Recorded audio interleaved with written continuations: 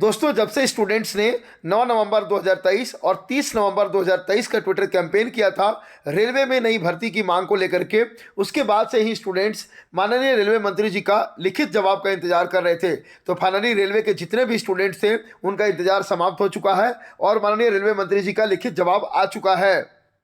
दोस्तों, video start करें उससे पहले आप सभी स्टूडेंट्स के लिए एक इन्फॉर्मेशन है। जैसा कि आप सभी स्टूडेंट्स को पता होगा कि उमंग स्टडी यूट्यूब चैनल पर रेलवे, बैंकिंग, एसएससी इन सभी एग्जामिनेशंस को क्रैक करके जो भी स्टूडेंट्स आज अलग अलग इंडिया के विभाग में, अलग अलग डिपार्टमेंट में कार्यरत हैं, उन सभी सक्सेसफुल स्टूडेंट्स का हम लोगों ने इंटरव्यू किया है। और सभी सक्सेसफुल स्टूडेंट्स में एक बात कॉमन पाई गई है, क्या? तो प्रैक्टिस मेक्स मैन्स परफेक्ट, यानी कि जितनी ज़्यादा प्रैक्टिस करेंगे उतना ज़्यादा किसी भी एग्जाम में सफल होने की प्रोबेबिलिटी बढ़ जाती है। तो जो भी स्टूडेंट टेक्स्ट बुक या टेक्स्ट बुक पास प्रो को परचेज करना चाहते हैं तो हमारा कूपन कोड है उमंग 10, इसको अप्लाई करके आप आसानी से परचेज कर सकते हैं मात्र 359 रुपीज़ में।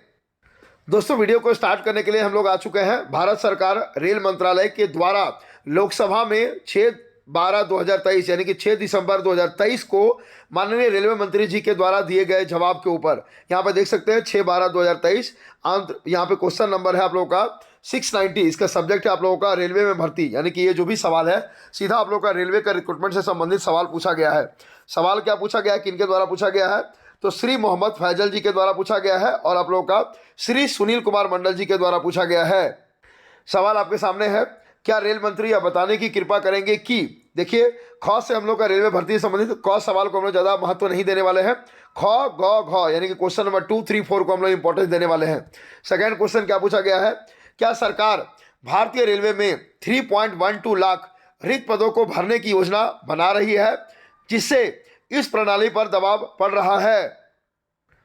थर्ड क्वेश्चन जो है उसी से रिलेटेड है। ग, यदि हाँ तो विगत 2 वर्षों और वर्तमान वर्ष के दौरान रेलवे में विभिन्न पदों की गई भर्तियों का राज्य या संघ राज्य क्षेत्रवार ब्यौरा क्या है और इस दिशा में क्या भावी पहल परिकल्पित की गई है? और आखिरी क्वेश्चन पूछा गया था, रेलवे भर्ती बोर्ड के प्रश्न पत्रों के बार बार लीक होने से रोकने के लिए सरकार द्वारा क्या कदम उठाए गए हैं? तो ये तो हो गया सवाल जो कि बहुत ही ज़्यादा स्पष्ट और क्लियर सवाल पूछा गया है जो भी आपके लोकसभा के सांसद हैं सुनील कुमार मंडल जी के द्वारा।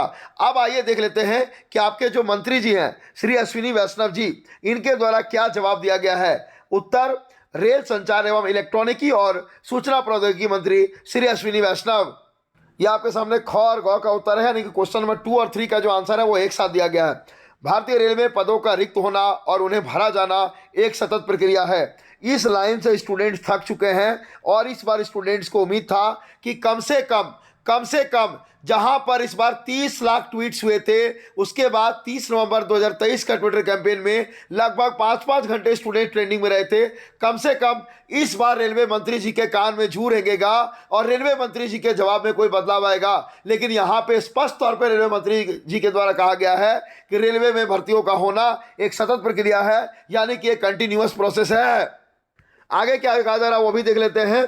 इसके आकार, स्थानिक विस्तार, तकनीकी प्रगति और परिचालन की महत्ता को देखते हुए रिक्तियां बदलती रहती हैं। रिक्तियों को परिचालनिक आवश्यकताओं के अनुसार रेलवे द्वारा मुख्यतः भर्ती एजेंसियों को मांग पत्र देकर भरा जाता है। इस प्रक्रिया के दौरान पद रिक्त हो सकते हैं और इन्हें बाद में भरा जाता है।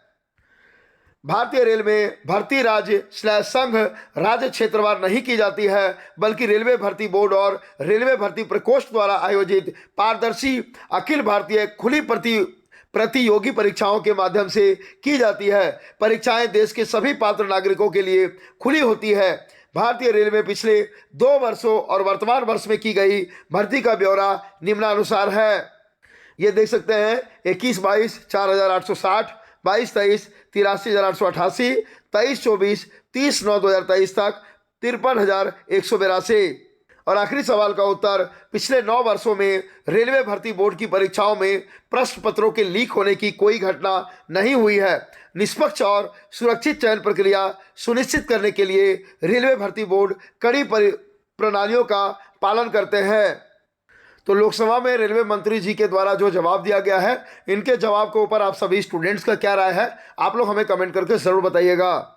तब तक के लिए जय हिंद, जय भारत।